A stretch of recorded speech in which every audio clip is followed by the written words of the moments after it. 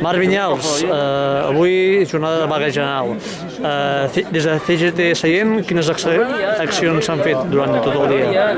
Doncs a Sallent han sortit uns companys al dematí a fer piquet informatiu pels comerços del poble i han estat fent unes voltetes, han tancat comerç, han parlat amb els comerciants i alguns ja tenien tancat, alguns han tancat el pas del piquet informatiu i potser han tornat a obrir.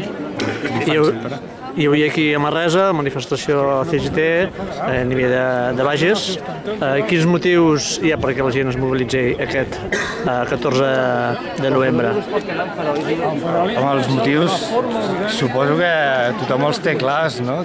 Tota l'ajuda financera cap als bancs, les retallades en sanitat, en educació, els sous cada vegada congelats i qualsevol persona que es contracti ara estarà contractada com un just in time que en diuen, no? Ara et necessito, ara no, i bueno, amb una explotació bastant marcada per la competitivitat i bueno, pel capital, perquè el funcionament del capital continuï seguint. Un plaer.